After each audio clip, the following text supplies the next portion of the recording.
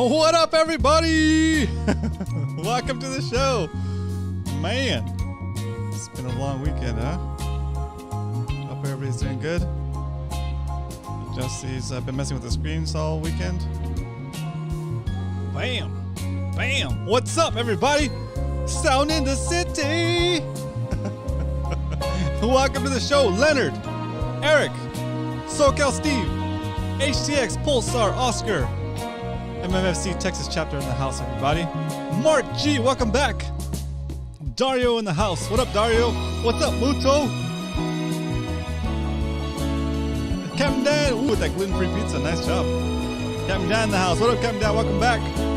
TB Metal Art, tbmetalart.com. Check out this man's awesome work. Salty Dangler in the house. What up, Salty?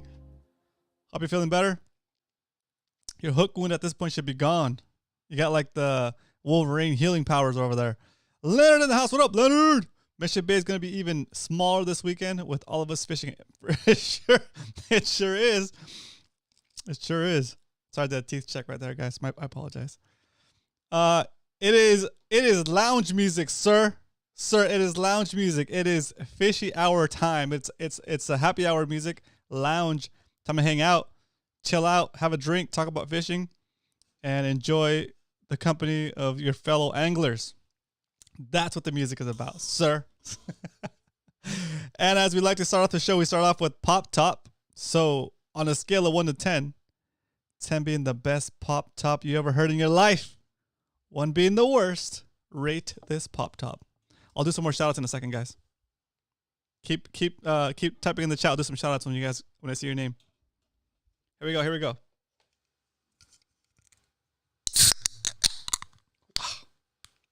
Wow. That was a nice one. I do say so myself. I'm biased, but I had a lot of force.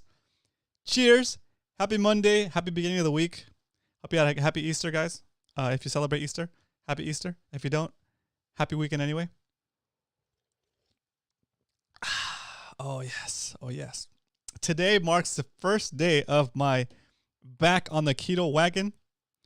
So I haven't had any carbs today. Day 1, the beginning. I almost feel skinnier. Let's see what else I've missed since I started. I got Sound in the City. I got Real Dreamer. What up, Real Dreamer? Welcome back to the show. Mark G. I got Mark G. Jesse, what up? Bit. I've been fishing for 100 hours with only water. Still going strong. Jeez. Careful. I got 8.9. Ooh, 8.5. Nice. Very cool. 9.11. Nice. Captain down 9 plus. Oh, a 9 to 9. Dang, that's probably one of my better pop tops ever. What up, Brian? Brian in the house. Hello, everybody. Always look forward to 7 p.m. Nice. Me too, guys. I always look forward to it. SD Scuba. What up, SD Scuba in the house? SD Scuba in the house. No keto flu yet. I just started today. So I'm expecting the keto flu in a couple of days, but I'm taking nutritional yeast, which should help me with that transition. So usually it doesn't take me that long. It usually takes me about 3 days. So I'm using these keto test strips. Boom. Keto test strips to see when I'm actually in ketosis. I expect it to happen in maybe like in 3 or 4 days is my usual average. And then at that point, I'm going to switch over to 1 meal a day, take my eating window from 8 hours to about 4 hours, and then eventually down to 1 meal a day. So that's the plan. I don't expect to have a crazy keto flu, but that's the plan. Yo, Moy, what up? Oh, I'm also scheduled for a vaccine on Thursday. So we'll see how that works out. Keto Sabe, what up? Was April 1st the 1-year anniversary of the show? Ding, ding, ding, ding, ding. That's what we're going to talk about today, fellas. It is, Leonard, and that's the topic of today's show. I'm not sure if Coach is going to be able to join us today or not, but we will do, Coach's Corner or Coach's Report when he has time. If he has time today, I haven't seen him in the chat yet. But today is, April 1st was the first day last year we officially renamed the show as Fishy Hour. We had fishy hours in the past. We had happy hours in the past, but on April 1st, we officially changed the name of the show to Fishy Hour. So, with that said, get it, Roman. Vaccine, piece of cake. Yeah, exactly. I'm totally going to do it.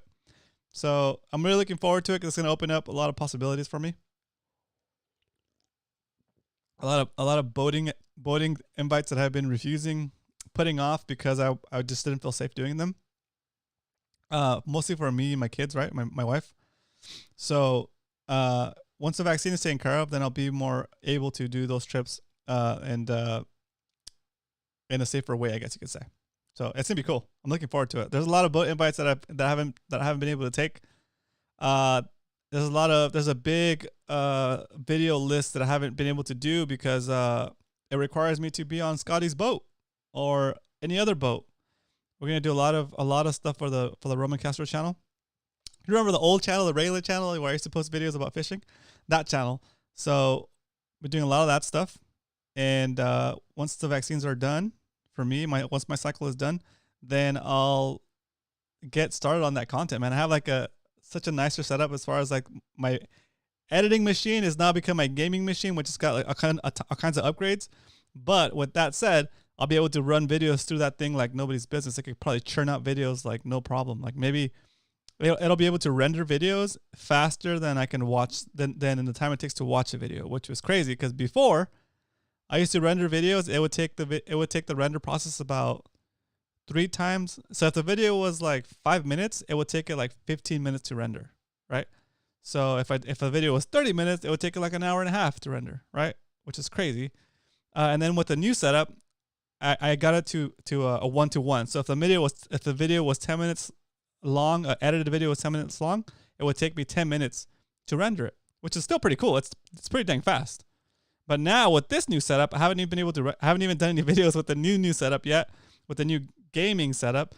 So it should be able to render videos like half the time it takes to watch them. So if I have a 10-minute video, it'll take me 5 minutes to render it, and that's freaking cool. It's awesome. So now all I need to do is get out there and fish and start going through my video list of the stuff I had planned before COVID hit. I had a lot of videos with Scotty that we never got to do because the COVID, right? Like the videos with Scotty about like yellowtail fishing and rock fishing. Those are just the beginning of a series we had planned. So not only that, I'll be able to jump in with other anglers or other captains if they want to have me on their boat and they want to get on the video bandwagon, because I know for a fact that the videos that I've made with Scotty are definitely helped his business. You know, like those videos, I think one of the videos has like 50,000 views. And so out of those 50,000 views, I'm pretty sure like a lot of recommendations, a lot of charters got booked on those videos, right? So it's definitely a win-win. For me, I get the content. I get to share that with you guys. You get to learn from experienced captains. And for the captains, they get some really good promotion with people that are directly interested in that specific thing that they're teaching. So it's got to turn into business, I think, right? Anyway, that's the theory, and I think it's worked out so far. So that's going to open it up for me to do those kind of things. Also, I'm not sure what the travel situation is, but I definitely do want to do another Mexico trip. Oh, it's going to be so nice. I love diving in Mexico. It's just like beautiful. The water is awesome. The clarity is amazing. There's a ton of species of fish, both deep and shallow. You can hook and line fish. You can spear fish. It's freaking awesome. Awesome. So that opens that up as well, right? So it's going to be great. I'm looking forward to that stuff. It's going to be really good. Now all I got to do is stay healthy. So that's why I'm back on the keto. Going to stay healthy, get my weight back down, get back into fighting shape, and go punch some fish in the face.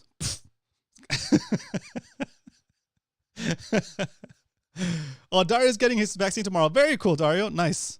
Gotta start cycling. Oh no, I don't cycle. I have a bicycle though. I have a road bike. I just don't cycle because I don't have cycling friends. Oh, sad when I have cycling friends. It's good. Let's see. Let's keep this conversation right. Oh yeah. So, I'm going to open up the phone lines, which is something we rarely do, but it was the original intent of the show. Here we go. Boom. That's the phone number if you guys want to call in and share anything with the community and share anything with us that like as far as like what Fishy Hour has meant to you. I know that's kind of deep, I guess. You don't have to go that deep. You could just call in and say hello to everybody. Give us your latest fishing report. It could be just that easy. Call in, say hello to everyone. I'll ask you a couple questions. You can say like, oh yeah, like the last time I fished was such and such, and I got this and that, and I'll kind of like, I'll probe you for information. I'll get into your mind. Ask you a couple follow-up questions, and we'll take it from there. It'll be fun. So call in if you want. When the phone rings, I will pick up the call, and you got to give me like 30 seconds or 20 seconds for me to switch it over to the soundboard and then actually accept the call. So that's how long it takes. So I'll if you call in, I will jump on the phone with you.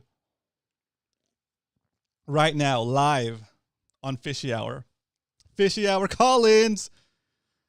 You can say like, long-time listener, first-time caller. SD Scuba says, oh, dang. Come cycle with us. We'll start with 30 miles. Oh, my God. I think the most I've done is like 40 miles. And my bum was sore. Was sore after that. Yeah, but that's cool. I have like a what's it called? I can't remember the name. It's a legit specialized. I have a specialized riding bicycle. It's nothing crazy. It's like a 1.2, I think 1.2 from like 2011 maybe 2011. I mean, it's an old bicycle by age, but it's new as far as like not being used. I'm still on the first set of tires. They hold pressure though. No more hobbies, says Salty. No more hobbies. Exactly. Oh yeah, on the Warzone front, guys. Though, I did finally attain the 1 KD, which is a 1.0 kill death ratio.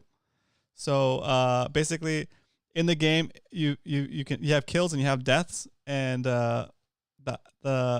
my KD is now 1.0, so I have at least equivalent as many deaths as I have kills.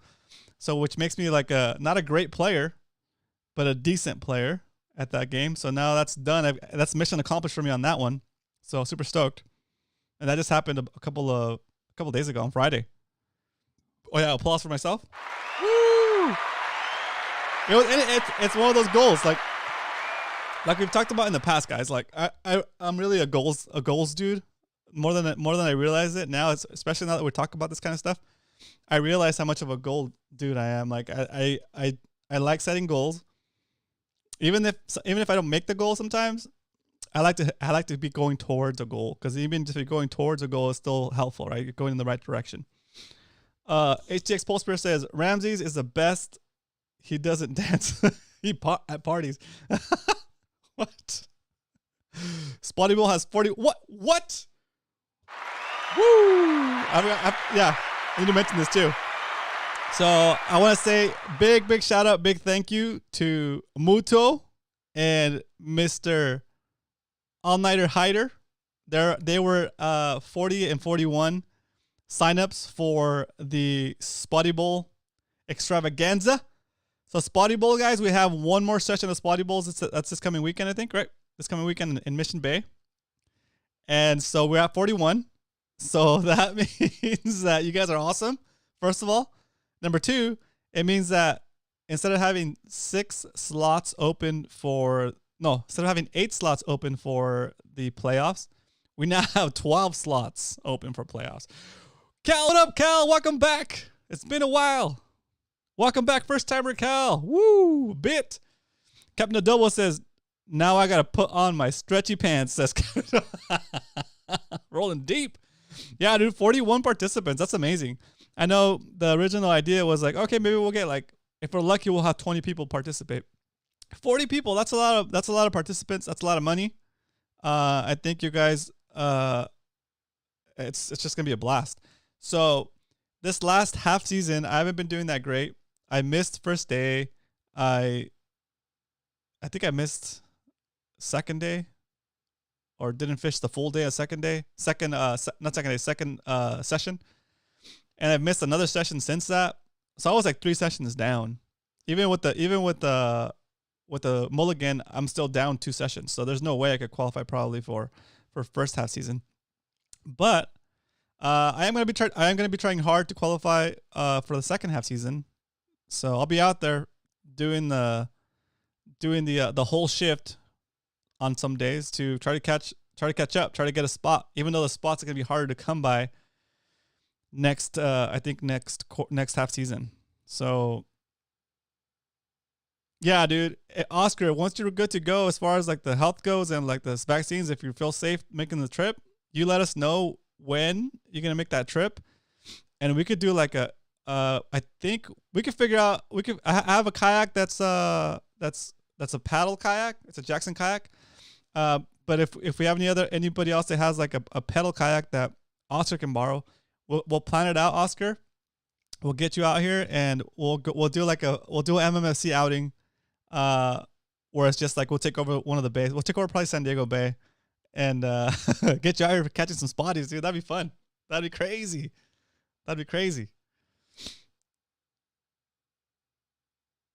Cal's like, what up, everybody? Nice. Yeah, dude. Yeah, but just give us enough warning so we can plan it out, and we can let everybody know that you're gonna be out here, and it'll be like it'll be crazy, dude. Shoot, I'll load my PA-14. Nice. Now that's a road trip. That's a road trip right there. Yeah, but if you don't want to load it up and you want to like just fly out here, we can figure it out too. You don't have to worry about. We'll get you fishing stuff. We'll get you fishing rods and reels, and we'll get you a kayak. We'll figure it out. I mean, there's like 29 of us in here now, and usually there's a ton more of us. So we'll get you enough stuff for you to fish at least one day. Okay. You drove it to Florida?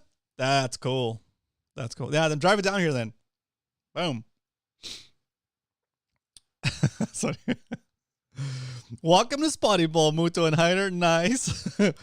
Thanks again. Hey, Hyder, I'm not sure if you were on earlier, but just basically says shout out for you and Muto for doing 40 and 41 on the Spotty Bowl, dude. Thank you so much. So now that opens it up to 12 finalists in the actual Spotty Bowl playoffs. Very cool. All right, so the phone number is up on the screen. I don't have any callers yet, unless I missed your call. I'll bring Big Booty Judy. That's funny.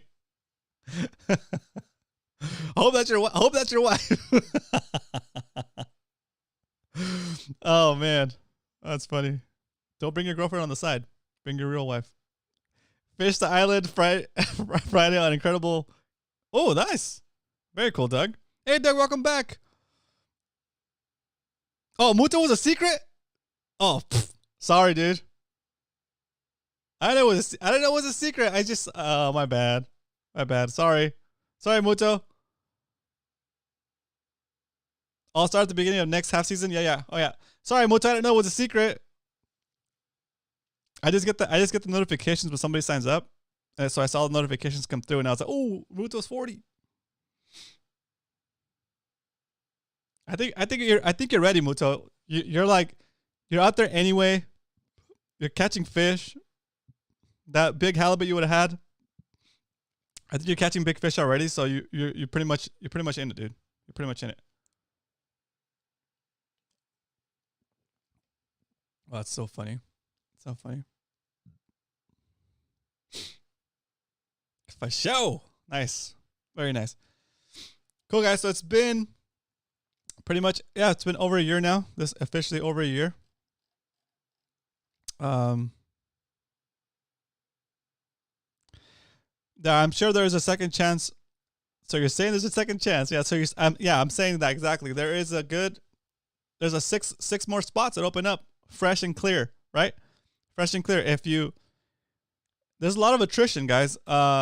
It's hard to do every weekend, or it's hard to do all the weekends, right? So I think even if you miss a couple of days, it's always random, right? Like, something comes up with the family, you have to do something different, or like, you can't make it for whatever reason. You have to go to work that day where you thought you were going to be able to fish, but now you can't. So, I think even missing so you get the mulligan and missing one other day might be okay.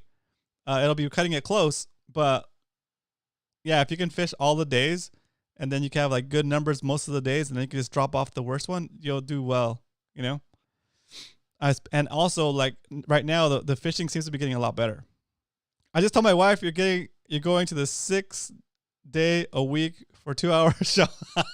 Congratulations! Woo! Yeah, your dog gets sick. Exactly, Leonard. Oh man, I hope she's doing better. Yeah, your dog gets sick. You get sick. So yeah, there's always stuff that comes up, guys. There's always stuff that comes up. But there's enough fishing days that hopefully you could be able to make it up. Okay. So also the fishing is a lot better now, which is a pro and a con because other people will be catching fish too. But at least you won't be out there in the middle of winter doubting yourself whether you're doing it right or not, right? Because there's like no fish, no kind of confirmation that you're even on the fish. Yeah. Now that it's winter time, it's definitely more catching. Yeah, you get hooked. Very fun. Cool. All right, so I'm gonna still leave the phone number up. You guys call in. You know what? I should test this. I think it's up. I think it's working. Has anybody tried to call in and it hasn't gone through? Lose a phone. That's another one, dude. Lose a phone. Very cool.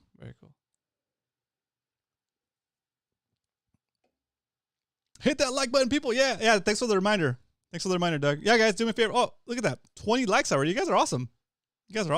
What up, Kyle? Welcome back.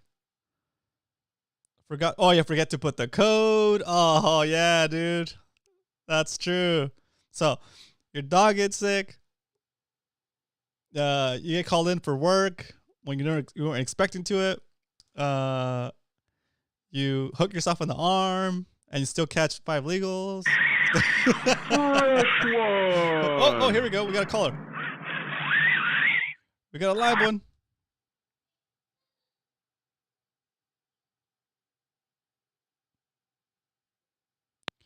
Hello, Mr. Roman. How you doing? How's it going? Good. Is this Doug? This is Doug. Yes, I recognize your voice. I'm getting good at this. How you doing, man? Pretty good. So I'm scheduled for I'm scheduled to call in and tell you about my fishing on Friday. Perfect. It is fishing report. Let's do it. Yes. So anyway, took my buddy. So we met down at the ramp at 6, and it was blowing all night. It's been blowing all week. It's been pretty windy. Yeah. So I was kind of worried because it was blowing all night. So we get down there and it's still blowing, And so we go out and talk to my buddy. He usually gets down there super early. We're gonna have a few boats, do buddy boats. Yep. So we're planning on going to the islands looking for the yellowtail. So I get out there and launch the boat and everything and call him on the radio, and he's like, "Well, I just got bait. It's good bait, and I'm heading out the channel now." Oh, nice. So I said, "Okay, I'll meet you out there." So I go get in line of bait, and my bait pump quits working. So luckily, I always carry an extra one, so I put the new one in. And yeah, I had a quick cartridge change out, Very nice. And they have the impeller on them. They go out every year. So anyway, I carry a couple extra ones just for that reason. So, and that's so clutch. So we got really good bait, and so we're heading out. And my buddy calls me on the radio. "Hey, it's really rough out here. We're turning around." Oh no! It's like, "Oh really?" So we finish getting bait. We're heading out the channel, and all of a sudden I see him coming back in, and he has he only has it's like a 16-foot center console, not very wide boat, and he's taking that thing way, offshore far, So anyway, he's come back. I go, "Well, it's supposed to calm down," the weather said. So we moved. So he went. He said he's going to fish the bay for a couple hours. I said, "Okay, I'll let you know how it goes." So we're cruising. We get out, maybe a mile. We're heading south because the swells kind of hitting us every 3 seconds, So it's pretty rough. So anyway, we work our way south, and my buddy was telling me that these yellowtail they were seeing them coming, between Point Loma and the islands, and so we went out and looked for them, and here come the party boats right behind us. Nice. They're like kind of heading out that way too. So we're looking around. All of a sudden, we see these huge birds, you know, just crashing, and yellowtail, sure enough, come popping up, you know, and we're trying to get on them and everything, and you know, we tried for, I don't know, an hour or so, and so we said, oh, let's just keep going, you know. So we kept going to the island. So we checked out. We got to the island. We got to the middle grounds first. Nice. And so I'm seeing pretty good signals of yellowtail on the meter, and metering a lot of bait. Nice. And so we're trolling some rapalas around. and we got really good sardines from the bait receiver. So we slow trolled some bait receivers, and then the dogs got on us pretty good. And the sea lions were pretty thick. So we went over to the middle grounds or on the backside, and it was still windy. I mean, it was still blowing maybe 15, you know, and so we hit around the island and started bass fishing, and man, the bass were chewing pretty good, and we got some. I don't know. I think the biggest one was maybe 5 pounds. Oh, and wow. You know, nothing.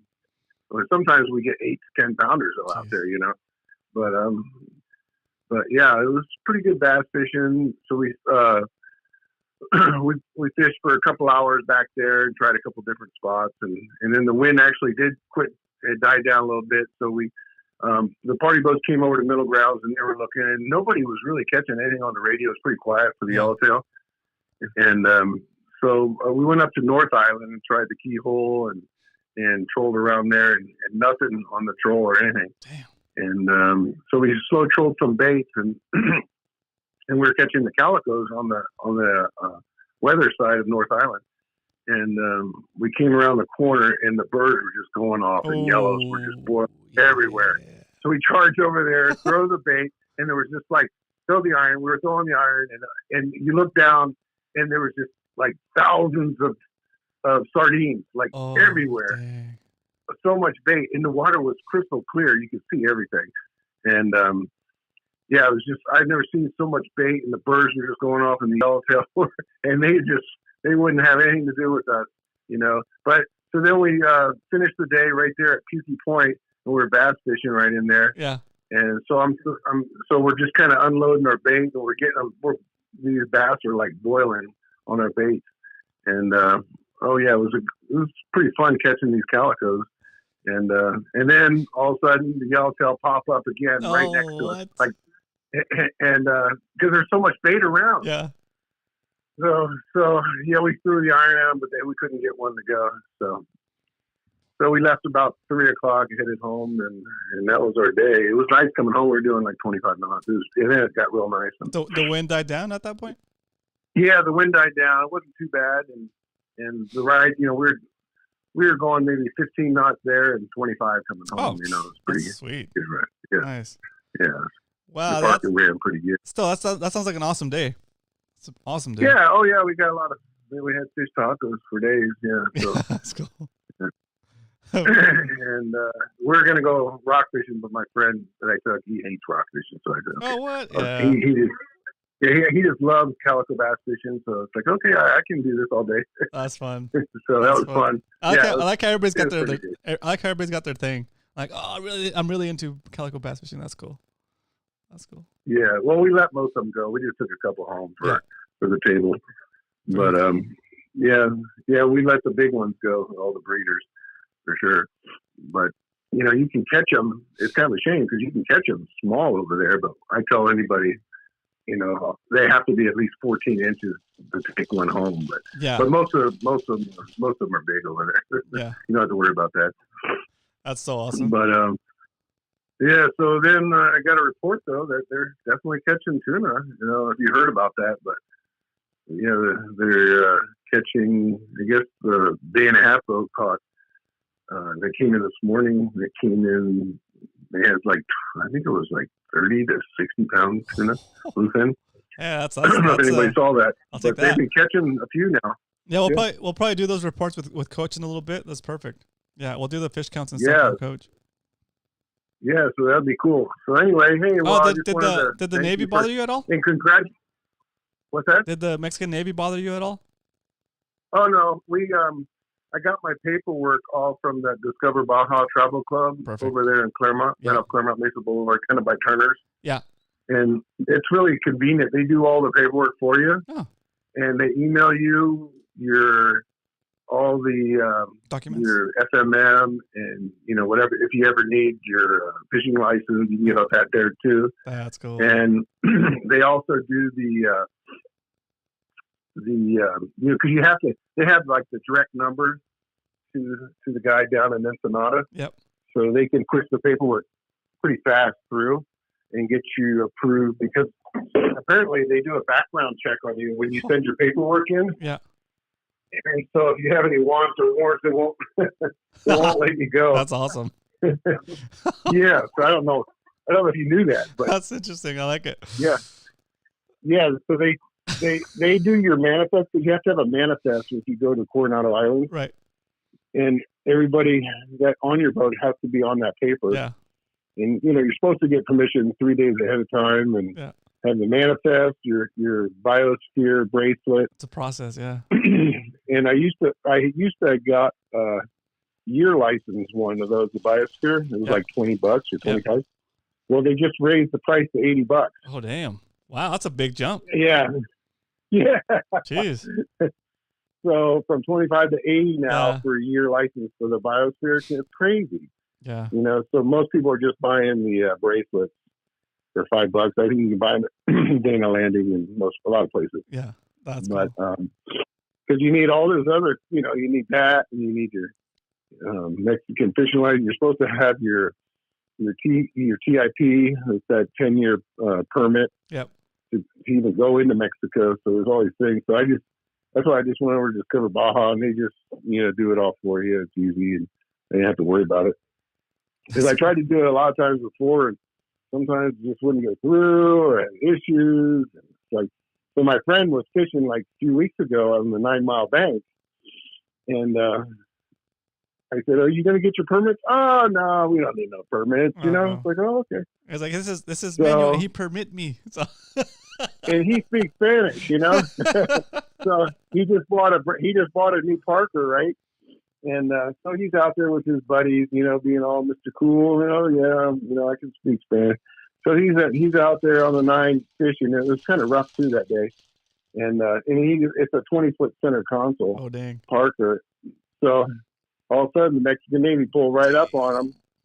And said, "Hey, senor, you got the paper?" "Oh yeah, no, it wasn't working." He was trying to. "Oh yeah, it wasn't working. We tried to do it on the internet." It's like, "Yeah, well, you guys got to go home." Oh, you got lucky. So you got lucky, right? Yeah, they sent him home. They could like confiscate his boat, right? Well, they could, but yeah, they're not gonna do it. But yeah, he lucked out. I think. Do that. I think he lucked out. But yeah, they just said, I told him, well, that was a short trip. Damn, dude, that's crazy. Like, dude, and then they, it's I wonder what I think the FMM is like $30 now. Yeah, dude. Crazy. So it's not cheap to go to the Coronados, Yeah. You want to make sure that it's pretty good fishing before you go there. Yeah, exactly. $30 for the FMM. Yep. Then you got a biosphere. You got to have your Mexican fishing license. So it's, it's not cheap. Yeah, better be going on. That's why we almost went to La Jolla, but don't tell anybody. But the threshers were biting. Nice. My buddy told me the threshers were biting in La Jolla, so I was going to go out there next week. That's cool. I've never caught one of those. I've seen them underwater. They're freaky. Well, let's go. You want to go? They're freaky. Yeah, almost. So I'll take you on my boat. I'll have vaccine this Thursday, and then the 2 weeks after that, I'll have my second, and it should be good to go after that, right? Yeah, after you get all vaccinated up and water warms up, we'll take you out there, show you how to do it. I'll bring the cameras. Yeah, I went out there and caught one by myself. I caught like 100. I think it was 180 pounder by myself in La Jolla a couple of years ago. Just trolling for yellowtail over there, and woo! Next thing you know, 180 pound thresher shark. Right. Very cool. On awesome. a Rapala. It was on a Rapala. Oh, interesting. Yeah.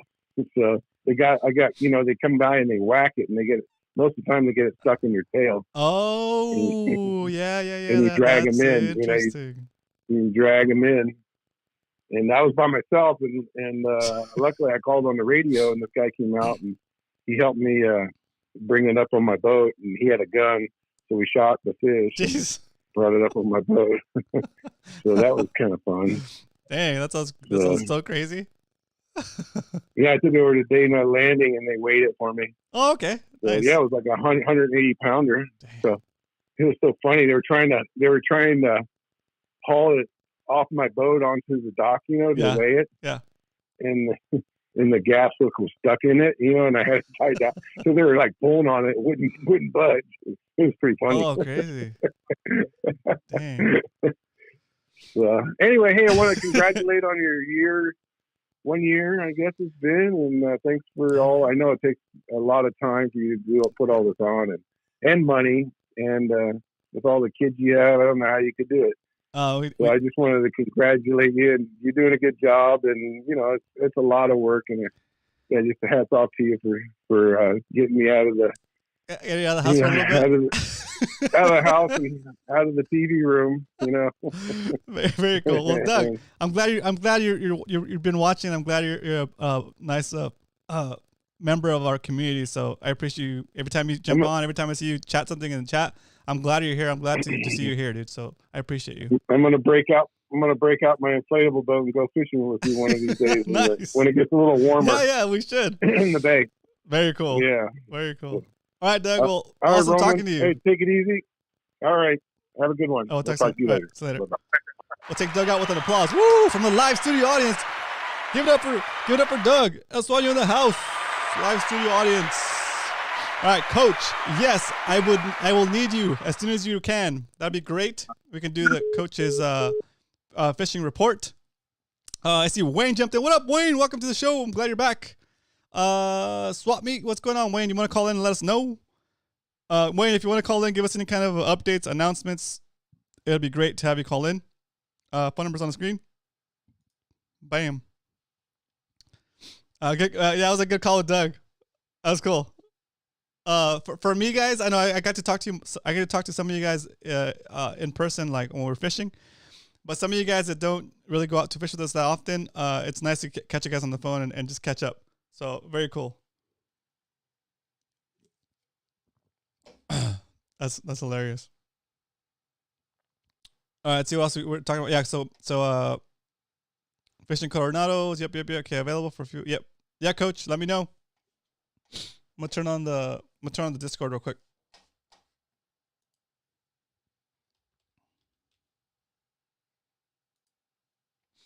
Discord.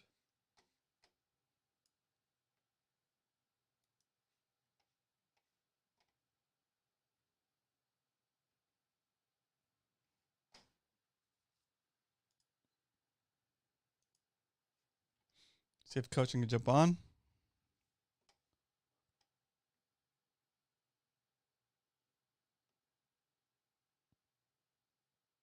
Today? No, it's old.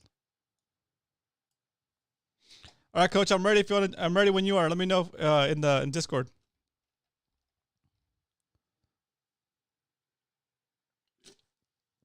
Todd says his buddy caught a 160-pound thresher on a kayak. Dude, that's dangerous. I'd be so scared. Next up, Coach. Hey, Coach, if you're ready, let me know. If not, and then and you want to call in, Wayne, give us a little update. You're more than welcome to. I think there's you said something about a swap meet going on.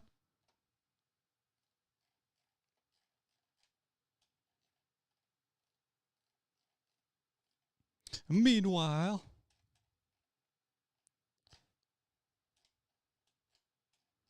and it's already almost been the hour. That's crazy. Todd's like, Coach, let's go. All right, we'll just talk a little bit while they figure out who's gonna call in first. I'm just gonna wait for if Wayne calls in, then I'll pick up the phone. If Coach messages me on Discord, we'll do that. Oh, 2 minutes, maybe one. All right, cool. All right, Coach, take your time. Perfect. Thanks for the heads up, though. Awesome. All right. Let's see. We went through announcements. We went through Spotty Bowl. It's been 1 year. It's crazy, right? It's crazy, guys. Let's do this. Let's do this real quick.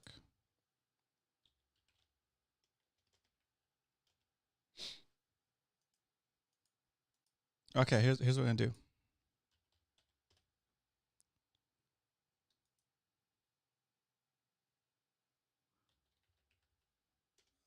Where'd it go?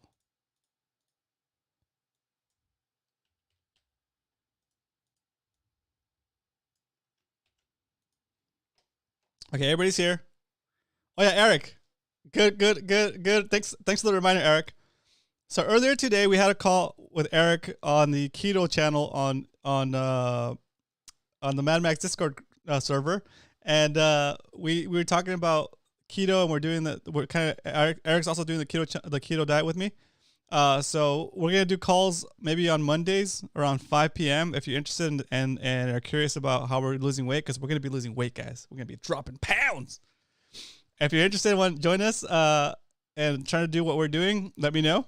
And there's also a keto group chat in there, so you guys can jump in there and ask questions in there. So it's all good. And we're talking about it today, and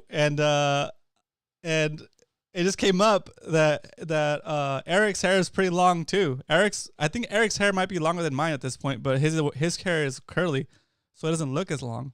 Mine's more straight. But so he asked me how long my hair was, and I was like, well, how long is your hair? And he's like, well, I'm like, how long are you gonna let it grow for? And he said, I'm gonna let it grow for the next mullet challenge.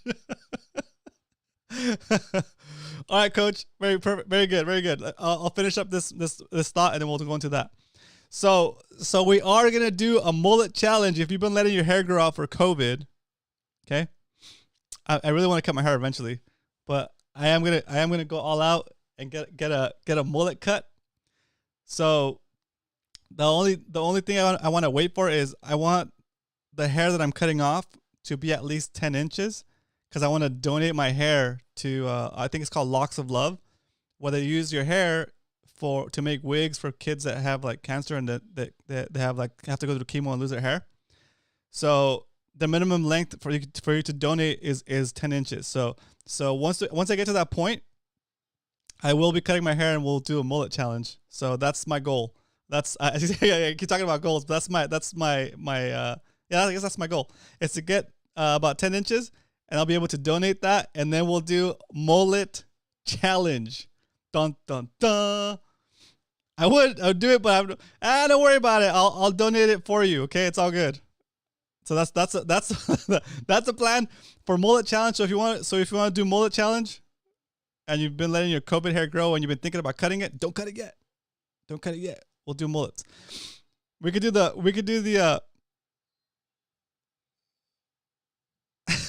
we should do a mullet challenge where we fish for mullet. Oh, that's a good one. That is a good one, Muto. I like that. All right, cool. So that was a little tidbit that I forgot to mention earlier today. Thanks for the reminder, Eric. So we will be doing another mullet challenge soon. So if you have the COVID hair going, don't cut it just yet. We're gonna do mullet challenge as soon as my hair hits about 10 inches. So maybe 11 or 12 inches, because that way I can cut it and have a little bit left on my head. So that's a point. So we'll do the top first, and the sides. I'll donate that. I'll keep the back. We'll do the full mullet stylization, and then we'll do the mullet challenge, and then I'll cut the rest off and donate that too. Okay.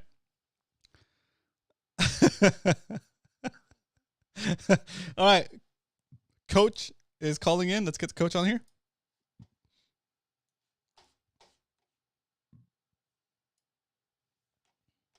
I see Coach here. Let me make sure I can hear him. Roadcaster. Can you hear me now? I can hear you. Yes. Coming at you from CoachWerf Studios, it's Coach. Oops. Applause. And then we go to Discord. Oh yeah. Oh yeah. Full screen. Ooh, what happened there? Full screen. Full screen. Wait, not Discord. Yeah, Discord. Guess full. Nope. Oh, Coach Full. Here it is. My bad. Oh, is that right? Whoa. Oh, I know why. Because I switched. I swapped my screens around, so it's freaking out. Oh, let me change this. There we go. Got it. Got it. Nailed it. All right, I'm ready, Coach. Guys, what we usually do with Coach is he does the surface temperature charts, and we talk about our local current fishing scene. So the fish counts, the catches, and the weather, and the tides, and what to expect this week, and what happened last weekend. So it's pretty cool. So I really enjoy this part of the show. All right, I'm ready, Coach. Let's rock. All right, we're gonna burn through this pretty quick. So if you want any more, you want to spend a little more time, you'll have to watch the replay. We're gonna beat through this. I got some stuff I got to do. So here's our tides. I believe this is this is Crown Point, Mission Bay. So this is kind of the mid to back section of Mission Bay. This will lag somewhat behind the tides along the open ocean. So keep in mind, the farther from open water you are, the farther behind the tide is going to run. So we got a high tide just after sundown today. Our low is 0.4. We got don't have any really seriously moving tides. There's nothing over about 4 feet or so for the next couple of days. That's good. Until you hit Friday. Friday, we got a negative 0.2. We got a high at 5.1. I have heard that there is absolutely a crap load of sharks on the lines right now. It's interesting that that our buddy Mr. Dario there was mentioning threshers, because I was going to mention I've heard that several decent ones have been caught off the kelp line the last few days. Ooh. I've heard that patty yellows are starting to bite on the 100-fathom curve. Some boys got into them pretty good just a few days ago. If the pictures I was sent were any indication of the level of carnage on the rat yellows, it looked like a 5 or 6 to 10 pound grade. Nothing too serious, but fun size yellows. So things are warming up out there, as we're going to see here in a second, in temp break. Yeah. So if we go to temp break, very different story to last week. Oh, wow. We've got, oh, that's a lot of yellow. Hold on, give me a second. Wow. Yes, sir. Wow. What happened? Hey, let me move this a little bit so you can zoom in, and then I'll talk about it. Go for it. I'm zoomed in. All right. So our local inshore is warming pretty quick. We're running about 3 to 5 weeks ahead of time temperature wise, which may give us a little extra lead on the season. We're looking at local water temperatures off the inshore north of 60 degrees. So 60, 61, and spots 62. Dang, that's a lot of like I was saying, I've been talking about the last couple of weeks. I was expecting the patty yellows to kind of get going, and a couple buddies of mine took advantage of a weather window and got into them pretty good on, I think, Thursday or Friday. So yeah, we might see an early start to the patty yellows this year. Obviously, Mr. Dario was mentioning tuna in the counts, which we'll check out in a minute. That was Doug, but yeah, yep. Oh, sorry. I'm totally sorry. I'm sorry there, Doug. Yeah, it's definitely, we're seing some unseasonably warm surface temperatures. I mean, you look out here past San Yeah, dude, that's crazy. Cortez. That's 59, 60, 61 degree water right there. So now, is this that's a lot? It looks like a lot of orange. That's not cloud coverage or anything. That's like the legit surface temperature. Wow, that's crazy difference, dude. Look how far north that cold water is. That mid orange is about 62 degrees, dude. This is what it looked like. This is what it looked like in San Diego last week. With that, this is the 3-day SST composite. Yep. I haven't checked chloro because we can check out the chloro, see what it looks like. Got green water up north. Oh, pretty man, clean look in at our that. local offshore here. Yeah. Loma Canyon and La Jolla Canyon look fairly clear. So we got some bluer water out here. You know, it's green in patches, but that's to be expected. Yeah, I mean, looks pretty damn good to me, Roman. Yeah. That's amazing. Remember, like, that was crazy. Yep. Just like oh man, that's crazy. Over the course of 7 to 14 days, we've seen 3 to 5 degree warming trend. Yeah. We've watched our water clear significantly in our local offshore. Not surprising to see tuna in the counts for the 1.5 days heading south. Thank you, Doug, for reminding me to look that up on the local. Whereabouts do those 1.5 days go? A lot of them will be out here past San Clemente. Oh, cool. They'll fish Pyramid 81, 381, Yep. 267 out here. Yep. Some of them may be heading south. They may fish the 60 mile. Yep. Which is a little bit up. Out here somewhere. Yep. Right there. Oh, there it is. Yep. There's a 60 mile. Some of them will be fishing, you know, down here south of the cross someplace.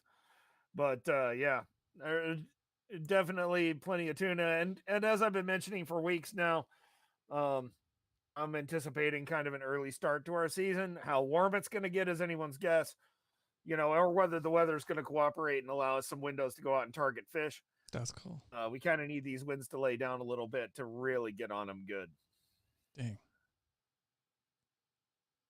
Here's the OSPO. More good news. Nice. Look at that fat swath of green. Yeah, dude. I mean, it's not that warm water way up north off of San Francisco we were seeing a couple of weeks ago. But, I mean, look at this. I mean, the push is definitely on. Yeah. Yeah, that little spike of cold water got cut off right there. This little piece, this figure that was sticking out down here. I'm like, well, I don't know. No, man, this warm water's pushing so hard it just straight up killed it. Yeah. So we have a very dominant warm water pattern right now. We'll see if it sticks. Yeah, but for us, we're in full green. Oh wow! Look at the mar, dude! Holy cow! That's crazy. Between 18 and 19 degrees centigrade sea surface temperature. I mean, the yellows are going to be going to town in Bola. So good. It's awesome. Craziness, huh? Yeah. All right. So, So we did saltwatertides.com, tentbreak.com. Zach, yes, OSPO NOA. Zach, yes, we do want warm water for better fishing. Warmer water, it makes the fish more active. Also, certain species like certain temperature ranges, and so like yellowtail, like 62, 63 around there. Is that about right, Coach? Sounds about right. I'd say anywhere between 62 and 66, 67. Yeah, and then like Dorado, like a little bit, like almost the same range, maybe a little bit warmer, right? Yeah, like 66 to 68. You'll start seeing Dorado. And then skipjack tuna is like 65, 66, and then the other tunas start showing up between 61 and 65. Yeah, so Zach, when our offshore waters are pretty close, like within a 1 day's boat, like you could go fish and come back that same day. When the water's offshore like that at those temperatures, and any given pad you could be holding any of those kind of fish at like that range, because the fish will kind of tend to stick to that range. And then you know how can you go back to that previous slide, Coach, please? You know how Coach here says that, like, for example, there's a finger that sticks out or whatever, right? That just means that the fish that are in that warm water are going to travel along that finger, right? Because they're going to stay in that warm water. They're not going to jump over this cold patch to go into the cold water. No, they're going to stay in the green water, right? Or this nice dark green here that my cursor's over. Yep. I mean, that's your line right there. So, and it's the same thing that's pushing the soup fin sharks up onto shore. Yep. Our fishing window for soup fins is going to be super narrow this year. Yep. If you want to go catch a soup fin shark, do it now. And Coach, you know what? Interesting fun fact right here. Salty mentioned that somebody posted a picture of a sculpin with a shrimp in its mouth that coughed up a shrimp, and the shrimp was like a more south, like a Mexican shrimp, something like that. Like, okay, so the shrimp in question is the spot fin prawn. Okay. Yeah, I saw the picture. It's a spot fin prawn. Okay. Or a spot prawn. I believe it's called a spot prawn. Okay. And normally they're found in deeper water than a sculpin would typically inhabit. Ooh, okay. Okay, so that's what that is. As near as I know. It's not like a coon stripe shrimp or some of these other shrimp. A spot prawn is typically from deep water. What it was doing inside of a sculpin's stomach, well, a sculpin will eat anything, but Yeah. it's weird that it was there. Oh, It's not Dario so much, sculpin. in my mind, a warmer water creature. Yeah. It's a deeper water creature. Oh, interesting. Okay. Okay. Something's causing some serious churning of the deep water currents. I hope it brings the tuna crabs back on shore. Yeah. That was insane, man. Like 7-pound sargos and just all kinds of crab getting pulled out of Mission Bay. So it's a sign. So it's definitely a sign of something's like getting churned. Yep, stuff's getting pushed around. Yeah. Now I don't know if it's related to this heavy warm water trend. Yeah. And like I say, in order to fish here in San Diego, we need conditions. Yeah. This isn't the Christmas Islands where you got great conditions 11 and a half months out of the year. Our conditions are usually garbage. So it's anyone's guess as to whether we'll be able to capitalize on this push. But for the guys who pick a weather window and they're able to make it work for them, Right. I'd say odds are very, very good. Very cool. Very cool. So what does that mean for what does that mean for spotties? For the spotty bowl participants? So what you're going to see... All right, so I imagine the summer pattern's going to come early. I'm sort of hesitant to talk about this because it's kind of considered taboo or whatever.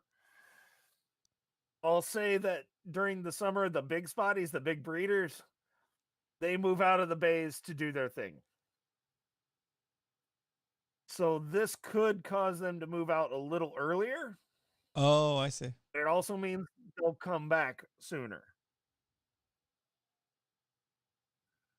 Interesting. If that makes any sense at all. No, that makes sense. Yeah, and basically since the warm water is right at the mouth of the bays, it's gonna get sucked in and out. So the bay is gonna warm up. Yeah, but this also means that the pre-spawn for calicos seems like it's going on right now, although it seems way too early for me. But this also means the pre-spawn for the spotties might happen a little early, and if it does, then that could put you guys in a really good position to catch some fatties. So so this is just kind of like maybe too crazy of a question, but if the warmer stuff happens for a longer period of the year, since we are starting earlier, right? Does that mean that those fish are more active and therefore eating more and therefore could possibly grow faster than any other year? They might have a longer growth season, which would, I mean, you're not going to see it with a spotty, right? Just because they're so long lived, right? But for some of these other fish, like say jack mackerel, okay, and I've harped on this before with you. I don't want to bore everyone to death. But to me, jack mackerel are one of the best eating fish we have in our local water. There's no limit. It's extremely sustainable. You could take 100 pounds of them home and you wouldn't affect the overall biomass of them at all. Even if every kayaker took as much as they could catch, it would still be nothing. Nice. So they're super sustainable and they grow super fast. So for an animal like jack mackerel, in a typical year, you might see some 1 to 2 pounders. Well, in a year like this, maybe if we get a nice long growth season, maybe you'll see some 4 and 5 pounds. Oh, that's crazy. Instead of it being Dorado that weigh 4 pounds coming in on the one-day boats, maybe they'll be 8 or 9 or 10 pounds because they grow so fast. That makes sense. Dorado can put on 30 pounds its first year. Oh yeah, dude, I love Dorados. Yeah. So a longer growth season for Dorado could really be critical. It can make a really big difference. That could be a difference of 5 or 10 pounds on those fish. I like a 25 KD on those Dorado, dude.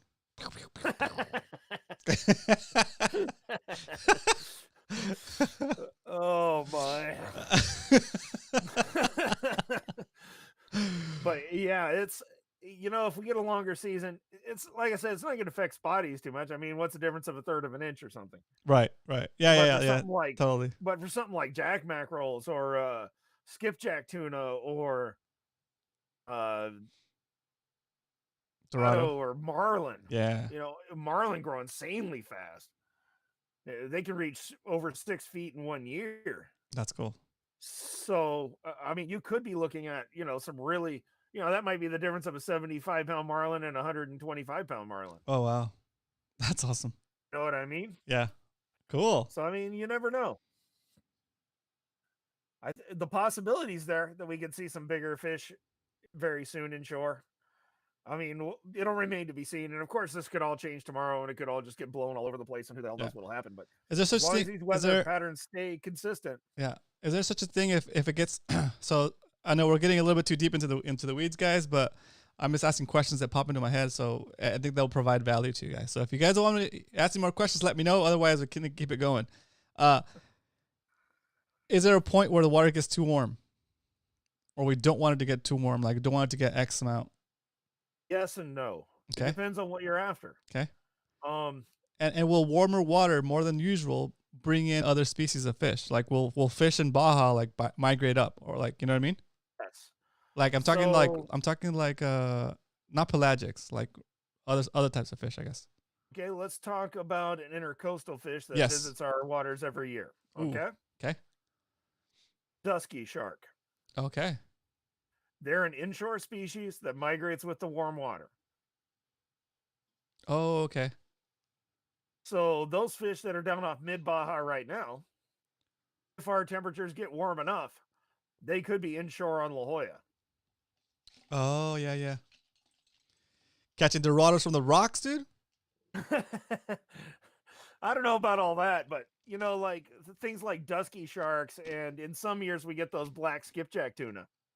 Okay. That's an intercoastal fish. They're not pelagic. They move up and down the beach. Right. So I think it was 5 years ago now, they were catching black skipjack tuna off Imperial Beach Pier. Oh, that's crazy.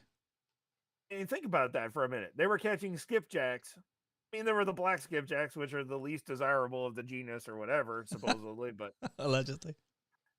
But I mean, let's think about it. The guys were catching tuna from the pier. Yeah, that's cool. There were guys fly fishing between Del Mar and points farther north that were catching black skipjack tuna in the surf. That's crazy. Cool. I mean, when fly fishing guys are catching blackfin or black tuna out of the surf, that's pretty incredible. Yeah. So I mean, there are definitely other species that can move it. The kind of the drawback, the negative side in my mind is for the guys who fish calicos. Really warm water will kill the kelp quick. Yeah. It'll just massacre it. Yeah. And it'll all come off. I remember that. Yeah, of course that creates giant kelp patties and, other stuff like that too. But yeah, there are some serious disadvantages if it gets too warm. Right. So, it can push certain shallow fish deeper, like calico bass and sheephead. It can literally make it so warm they don't want to be up shallow, and it can drive them deeper. Oh. Stuff like that can happen. Yeah. Oh, that's so crazy. Very cool. Well, thanks, Coach. Very nice. Yeah, no problem. Is that it as far as the report goes? Are you ready for I was going to do the fish counts real quick, let's do it. And then do a local forecast real quick. Perfect. So sorry for all the extra questions. So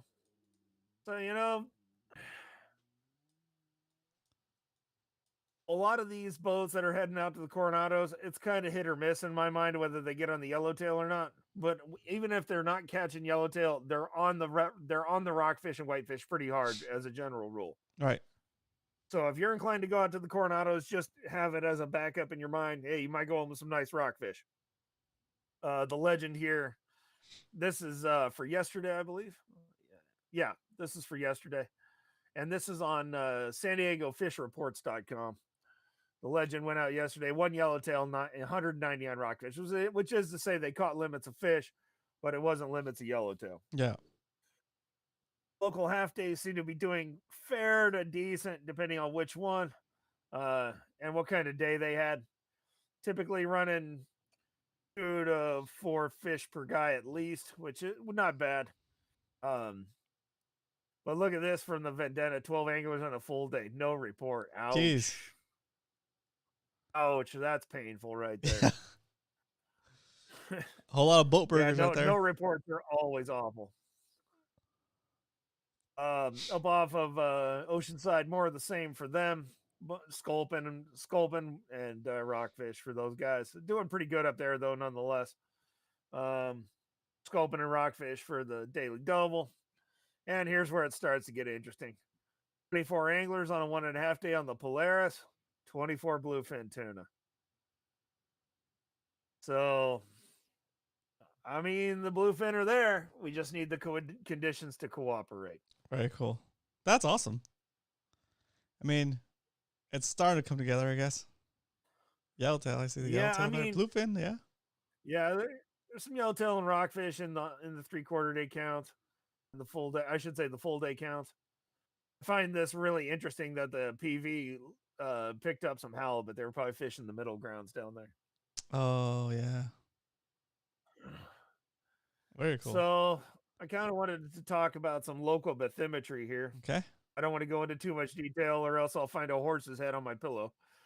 But I just kind of, this little hump right here is called the 32 spot. So you got the 32 spot, and I forget what this is called here. But pancake. You can see these isolated rocks on the outside. There's the 100 fathom curve off here in the distance off here. Let's call that spot the French toast. The bread. That's the bread. What it'll be the sliced bread. The sandwich. It's the sandwich slice. There it is. So here off of the sandwich slice, we're making it up as we go along, people.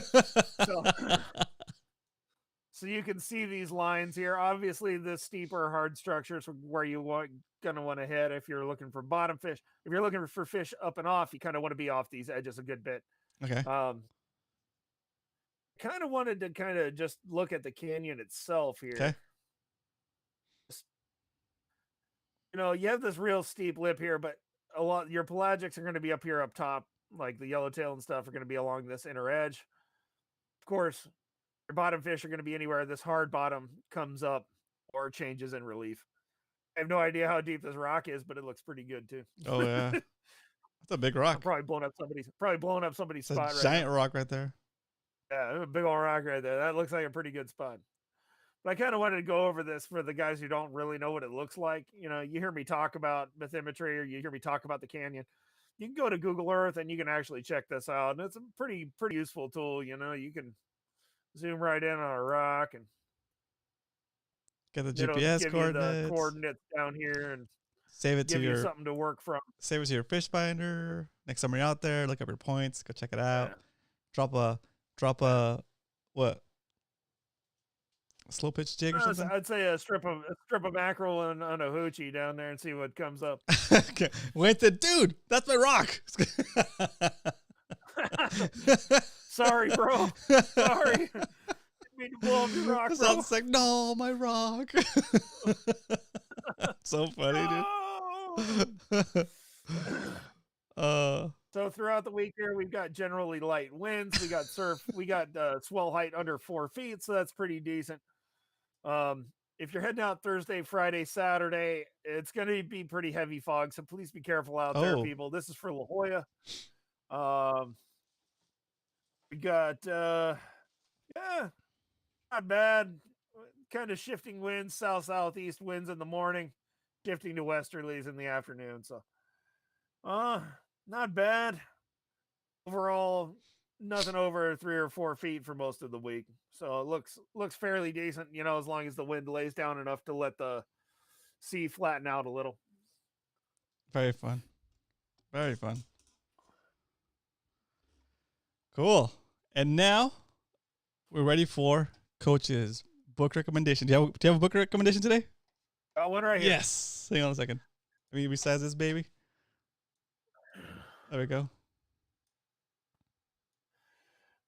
All right, it's really more of a series than a book. If you read one, you're going to want to read them all. Pretty good stuff, modern fiction, so expect lots of descriptors and long sentences. But this is about a wizard who has a half vampire as a girlfriend and just all the crazy shenanigans and utter nonsense that happened to him because of the interplay between all the political factions and all the other nonsense.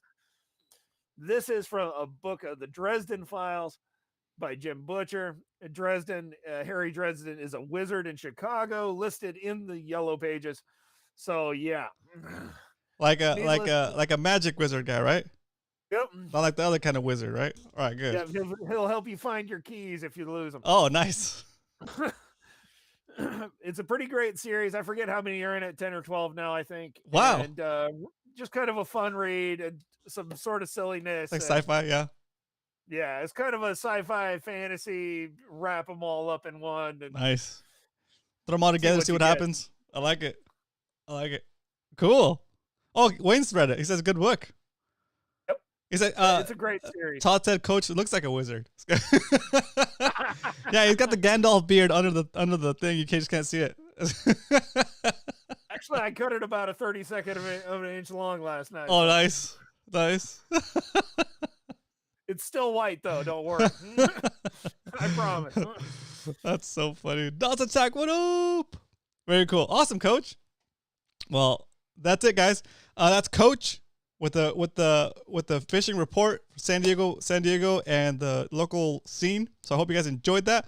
We're gonna take Coach out with a round of applause from the live studio audience. Coach, thanks again. You can check out Coach and his very own YouTube channel, CoachWerf TV. You can find him on our frequent contributor section of our channel, Fish Hour with Roman. I'll post a link before you go, Coach. That way we have it all like wrapped up and nice.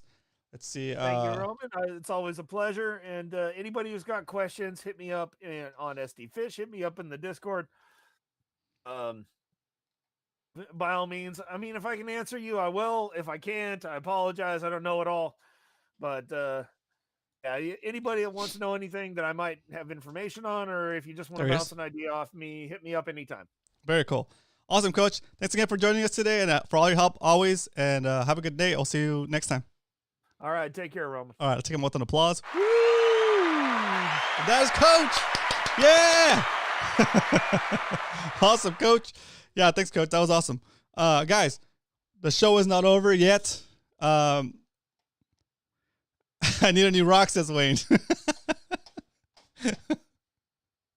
That's hilarious. Sorry, Wayne. Wayne, do you want to give us any kind of updates, any kind of announcements, Wayne? If you want to just type it into the chat, I can read them, or you can call in. It's up to you. Meanwhile, I do have one announcement for you guys. It's not an announcement. It's more like let's see if this works. See if my command still works. Coach, why does Brian like to fish? Do I have that? Maybe it's Patreon. Boom. Patreon? Does that work? I don't know if that works. So I'm just gonna type into the chat. All right, guys. So I try not to ask you guys for much in return for making this show and all that good stuff. I try not to There's Wayne calling in. Saved you. Wayne saved you guys. Here we go. Let's get Wayne on here. Here. Accept the call. And then go to the board. Hey, Wayne, can you hear me? What's up, Rob? Hey. How you doing? Good. How you doing? Excellent. Very cool. It's nice to hear from you. Tell Coach I need a new rock. Thanks, Coach. That's so funny. That's so funny. So it's been a while since you've been on the show. How you been? Oh, busy, man. I've been working like over 30 days straight. Jeez. I was on the road. We were trying to open up. We pretty much a year ago got shut down. Yeah. And right as we were getting ready to expand up into Central and Northern Cal. So we got back on the road a couple weeks ago. I was on the road for a week and a half straight. Went all the way from started in Bakersfield, Fresno, went over to the coast, Pismo Beach, all the way up to Eureka and back. Jeez. So it was a long tour, but got a lot accomplished. Met a lot of people, a lot of nice people up in Northern Cal. That's cool. We got a new chapter. We're going to try to start in Bakersfield this Thursday. We got some people that are willing to step up and be leadership. So that's always the important part. That's cool. So we got a meeting 6:00 up in Cope's Tackle in Bakersfield. Oh, that's cool. We'll be running up there. Yeah. So it's starting, but it just takes time. Also on Thursday in the afternoon, our bill AB 817, the 12-month fishing license, Oh yeah. that also includes the electronic license, will go to its first committee. So I will be testifying in Sacramento also that afternoon. So we'll be doing that. The electronic portion, does that mean I can just show my phone with my ID? Sorry, my phone with my fishing That's license? the goal. Oh, Yep. We'll be able to use our smartphones for our Nice. fishing license. So there were 3 parts to the 12-month fishing license bill originally. It was the 12-month license, the electronic license, and the auto renewal. And we got auto renewal implemented actually last year ahead of schedule. Nice. So yeah, we're working it. Yeah, And the auto renewal sounds like bill, the auto renewal sounds like it's a good idea for them anyway, right? Because it's kind of like recruiting. well, it's part of this long-term plan that we've all put together called R3. So the fishing license updates, the auto renewal, the better access, regulation simplification, marketing outreach, training programs, all that's all part of a big program that we're all working on together in the state. So, which is counterproductive to this whole 30-30 movement that's going on, which is, they keep saying they want to provide access, but they won't tell us what that means. And we got a bunch of meetings coming up, outreach meetings from the California Natural Resource Agency. Our meeting down here in San Diego is in May. We're the last of the meetings as they work around. But we all need people to get on those meetings and voice their concerns. Very cool. That, Wayne, Wayne, I'm sorry. I'm sorry to interrupt you. I really got to go to the restroom. Can you keep explaining that to the audience, and I'll be right back. Absolutely. You got this. You got this, Wayne. Go. I got this. So, yeah, we got a lot of things going on. The 30 by 30 movement, because it's an executive order now, there's a lot of moving parts. The good news is that they did listen to us a year ago as we were fighting this, and the hunting and outdoor sports, including recreational angling, are included in the negotiations and talks. But we're trying to be optimistic, but we're not sure where that's actually going to lead. And the reason I'm saying that is because if you think about it, it's our group against 20 or 30 of the environmental groups. So the table vote is not even. So we're trying to figure out how to manage that. But we need everybody to get out there and participate in these meetings when they come up.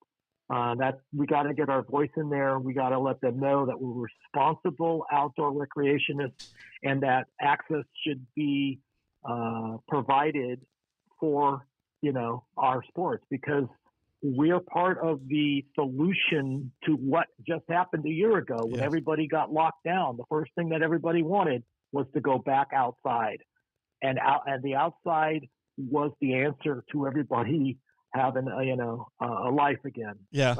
And being able to be responsible outside, the social distancing, the sunshine, the fresh air, access. And it doesn't matter if it's land, right? Going out to the trails, going out to your park, going around your lakes, going stream fishing, or out on the water in the ocean. All of it was necessary for us. And I think that was shown across the country, if not around the world. Yeah. So these guys pushing the 30 by 30 movement, trying to shut things down, is counterproductive to all of what we're trying to accomplish here. And then that's what we're working on. Captain Dan mentioned that the San Diego 30 by 30 meeting is May 11th. Yeah, that's the last in the lineup. So by then we'll have the meetings actually start next week up in Northern Cal. So by the time it comes down here, we'll have a good handle as to what to expect. But what I'm trying to do is work for every one of those meetings that they hold, that we put people in the audience with pointed questions or pointed comments that line up to, push our agenda items, right? Yeah. So bulleted points, because you only usually get a couple of minutes to make a point. Yeah. And if you talk too many points in a row, they kind of glaze over. Yeah. But hopefully they'll be taking notes throughout each one of these of concerns, ideas, input. That's our goal. And that way, if we can spread all that out, a good example is they say in 30% they want to preserve or save, right? But they, in another breath, they're talking about making sure that you provide access to those areas. But what does that mean? Right. Does that mean you just get to go stand there and look at it? Like if they expect us to do it at a tide pool? Yeah. Or does it mean that you can actually use it for responsible outdoor recreation, like, hiking or biking or fishing or whatever, surfing? Right. At what point does that all that mean? And that's where we're trying to get definitions, get them kind of cornered. But think about it this way. They're saying, I want 30%. Okay, but think about some of our areas in the state, like our freshwater streams where we have to use barbless hooks and there's no take. That is considered protected, I would assume. So are you counting that towards your 30%? And how do we make sure that you are, correctly analyzing towards that number? But they won't tell us that. That's the problem. The same thing right now. There's a big push on the federal level on these MPAs. They're not considering all MPAs equal. They're not considering national sanctuaries in there. And they're trying to change the definition of what an MPA or a protected area is. And so we're having to watch this at multiple levels because we're finally starting to get them to commit on things that they're doing. And it's going to get ugly, I think, because we are going to make them define what is protected, what is conserved, how do you measure it, and we're going to call them out, because if you think about it, what they're telling all of these agencies, whether that's federal, state, or county, is that, guess what? All that science that we keep telling us we need to use, we don't believe anything that you're doing is effective, and we know better, and that 30%, all your fisheries management, all your marine management, all your coastal management is worthless. We know better, and the 30%, we're going after that 30%, and it's going to get locked down. Well, okay, if that's the end game, which, remember, this is only step 2 of 3. Wow. The overall goal is 50 by 50, not 30 by 30. This is this has been a very long battle that we're having to fight here, and it's scary of what they're trying to accomplish. That's why we have to protect our rights to our resources and our access. Those two pieces are so important to us. So, but again, go back to what I was just saying. If they're really believing that they know better, that they're going to shut down 30% of the land, water, and ocean, and then the overall goal is 50%, then they're saying all this work that we go through for fisheries management, mammal management, terrestrial management, bird migration, all these things that we're doing, all the agencies, all of the money and the time and the effort that we all spend is worthless if they're just going to shut it down without any proof, without any management strategy or anything else. Yeah. And that's why we're fighting, because if that's the end goal, then get rid of all this crap, shut it down, and I'm just going to go fishing because I'm tired of wasting all this time fighting if the end goal is just going to get there anyway. Then why do we go through all these processes? Why do we save the money? Save the time. Just, at some point, and call out those environmentalists for what they are, hypocrites, right? They're fighting and going through all this process, and in the end game, they're going an end around on it. And they're going around it a different way. So, that's why this is so important and why we're fighting so hard. So, I didn't want to bore everybody with it, but it is very, very passionate for me, just like it is for you guys, to want to have a future for our sports, for all of them. I mean, look at your kids, Roman. What are they going to do? So guys, and the reason I want to have Wayne on here, because it's been a while since he's been on, and I love the way Wayne speaks. He's really good on the radio, and he's really good at also explaining these issues. So I know there's some of you guys that were not here when we first started the show about a year ago, actually more than like a year ago, right? If you haven't joined CCA, it's a great organization. They're out there doing the fight that maybe sometimes we don't have the time to do, right? Wayne's out there like pretty much day and night in meetings and meeting the right people and fighting for to keep fishing somewhat open the way we want it to be for future generations to use. And so if you're so inclined, you do join a CCA chapter. If somebody can type in !CCA into the chat, I feel so passionate about this group that we have their own link built into to our chat. So !CCA will give you the link to their website, ccacalifornia.org. And if you're not a member, please do consider joining. It's like, what's membership now for the year? It's $35 starting. $35 to start to get you started. There's other options there, of course, if you feel more passionate, you want to join, support the fight even more. But there's tons of options on how much you can donate to us to keep us running. But there's also other ways that you can help us, because all these fights that we're going through cost money. We have a full-time lobbyist in Washington and a full-time lobbyist up in Sacramento now, and it costs a lot of money to do these programs. So we have this thing called Contribute to Conservation, which is you can do monthly donations starting at $10 a month to help us with our fights. Very cool. You can go to our website, ccacalifornia.org. Sweet. Awesome. Very cool. So that's good. Awesome, Wayne. Anything else you want to share with us today? No, that's enough for now. I don't want to bore the whole group. I mean, it is 8:30, and woo! I still need a drink. This is happy my third 2 hours. Oh, dang! Yeah. Hey, happy! It's Fishy hour. Started as happy hour, and I'm late. I know, right? Happy Fishy 2 hours. Very nice. There's a bottle of alcohol and a couple ice cubes waiting for me. Oh, right, nice. Very nice. Awesome, Wayne. Well, awesome talking to you again. Good catching up. I'm glad I got to see you on Saturday. That was a fun event. So good stuff. Oh yeah. So previous Saturday. That seminar was actually, it turned out all right. What's happening? We had a good time. We departed. We gave off a lot of information. There were some good vendors there. A little weird with that fuel truck coming through, but hey, we made it. It's all good. If you took advantage of that pulled pork sandwich, that was phenomenal. Oh, that was good. Yeah. There's another thing coming up this Saturday, right? No, it was last Saturday. Oh, okay. So that was the one. Okay. Yeah, cool. It was a swap meet down at Shelter Island at the San Diego Marlin Club. Oh, that's there were some phenomenal deals. There was a guy down on the docks down there at the Marlin Club who's getting ready to sell his 60-foot Hatteras. Oh.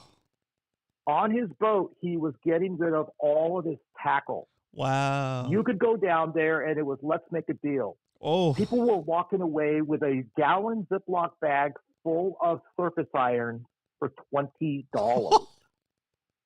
That's crazy. I mean, it was insane the way the pricing that guy was giving me. Trust me, I took advantage of some of that. Everything must go. Not like I need any more tackle, but I could not pass up these deals. There were some phenomenal deals down there for a swap meet. People came out. It was a good day. Sun broke. I saw Brian go by with the Cool Baits boat. I saw that going down to the ramp. Just cruising, patrolling, lurking. Yeah. stalking the bays. That's funny. Yeah. So funny. It was all good. Awesome. All right, Roman. All right. Great catching up. Awesome. Thanks again for calling in. Have a good night. All right, you too. I will take Wayne out with an applause. Woo! From the live studio audience. Give it up for Wayne. CCACalifornia.org. Peoples. All right. So, last thing for the night is just want to thank you for being here, of course. And I know that this is kind of an awkward thing for me to ask for anything in return for just making this show. But I do have some costs that I kind of soak up and I kind of just absorb with my regular job. But it would be great to have this show production and all that stuff total out to zero, right? And maybe even eventually start making a little bit of income on this show so that I can use that same money to make the show even better. Okay. So one of the best ways for you guys to support me in making these videos, both I'm talking about my YouTube channel, I'm talking about Fishy Hour, I'm talking about even stuff with Brian, right? Brian is not getting paid for all the stuff he's doing, right? Brian is volunteering his time and getting better at making the show for us at no cost, right? Because he wants me to be able to cover the cost of making the show and the ongoing reoccurring charges that I kind of pay for, like the editing software, internet fees, all that kind of stuff that I use for the websites and everything else that you guys see me make. All that stuff costs money. Even if it's a little tiny bit a month, it does cost a little bit of money. And I do want to give you guys the opportunity, or like make the one ask that I rarely make. I figure it's a year anniversary. I'm gonna make the ask. This channel does not have super chat, unfortunately. We can't get super chat on this channel until we get to 1,000 subscribers, which kind of sucks. So the next best thing you could do to support me and making this this show possible, and everything I just said, is supporting me on Patreon, guys. There's a link here. I just put it in there, romancastro.com/bit. You don't have to come in and it's a reoccurring. It would be a reoccurring charge on your credit card. You could do $1. You can even do 50 cents if that's what you feel like doing. If this show is worth 50 cents a month to you, you can do 50 cents. If this show is worth a pack of baits, right? If you want to buy me a pack of baits every month, or a Stevia soda, $2.50, right? If you want to buy me a Stevia every month, every month, you could do like $1. You could do $2.50. You could do $5. You could do $10. The ideal for me would be $10 because that's my super fan goal, my true fan goal. My goal with eventually with this channel and with all the stuff I do is to eventually narrow it down to have 1,000 true fan level subscribers, and that's 1,000 true fans. That means that you're willing to donate about $100 in a year, right? That's $10 a month. It ends up being about $120 in a year. So those sodas are $2.50. What? No, it's about $2.50 it's about $4.50 for a 6-pack, Salty. About $4.50 for a 6-pack. So a 6-pack, you would cover me for a week's worth of shows. No, 2 weeks worth of shows because we're doing it 3 days a week. That's so funny. Sign up for $1 a month. Sign up for $1 a month for now. Oh, there you go. Woohoo! Thank you, Carl. Thank you so much. Round of applause for Carl. And I'm not gonna do a drive. I saved it for the end of the show. You're here because you're getting value out of the show. You're here because you're enjoying the show. So I figured who else to ask. You're the best group of guys, and you're obviously getting value out of the show because you've been here for like, what is it, an hour and what? How long have you been on? How long have you been on? Like an hour and almost 2 hours? Almost an hour and a half. But anyway, if you can't do it, don't worry about it. If you can't do it, do not feel guilted. If you can't do it, do not worry about it. I just ask that you do share the show. !FH share, Fishy Hour share, and that's good enough for me. Okay. Anyway, that's my pitch. That's the way I wanted to end the show, is just to let you know that option is available to you. And I know like Roy, Brian, Cal, and I don't know if anybody wants me to dime them out or anything, but like I appreciate you guys. I know you guys have been on there for a while, and it does help. It does count. You're offsetting the cost of my Adobe subscription, which is about $50 a month, for me to have editing software and Photoshop, Illustrator, the stuff I use to make this stuff, and make the logos and make the Spotty Republic and Spotty Bull designs, right? All that stuff. I used to use Bootleg, but now I use it like legit one. I've been using legit one for over a year. So I just want to make sure everything is up and I'm paying for everything it needs to get paid for. This music, right? This music, the rights to use this music costs me about $15 a month, okay? And that's because it's a piece of music that I'm paying the license to have available for the show, okay? So little things like that you wouldn't consider add up over the month, and next thing you know, you end up doing like, right? Oh, dang. Cal got that. No, Cal's a super supporter. Cal, you can even cancel yours because you always come in with super chats. You always support on Twitch. So Cal, you're good to go for the rest of the time that you were making stuff. So thank you, Cal. You're the best. Round of applause for Cal from the live studio audience. Woo! Okay, I'm gonna post a link in the chat one more time. There it is. romancastro.com/bit. If you're so inclined. If not, no big deal. I'll see you guys here on Twitch tomorrow, and we'll be back here with Brian on Wednesday for Bay Fishing with Roman and Brian. Okay, so I hope you guys enjoyed the show tonight. I'm sorry it went a little bit longer than expected, but I'm glad it did because we had a lot of great guests and lots of good information, and I'm so stoked that the fishing is picking up. I'm really excited for this weekend. Remember, we have Spotty Bowl this weekend. You can choose whether you're fishing Friday, Saturday, or Sunday. It's the last session of half season 1. Okay, after this, we're starting over, resetting the counts. If you qualified, you can't qualify again. So at least there's going to be 6 people out of the race, and you'll have a better chance of of not challenging those people, right? And then there'll be 6 more spots available since Muto and Hyder jumped in to make us get to 41 participants. 12 spots for the playoffs for Spotty Bowl, for one of the best trophies ever made for fishing.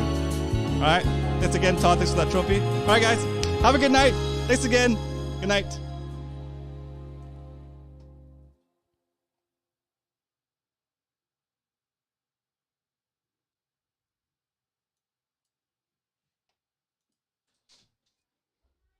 Woo!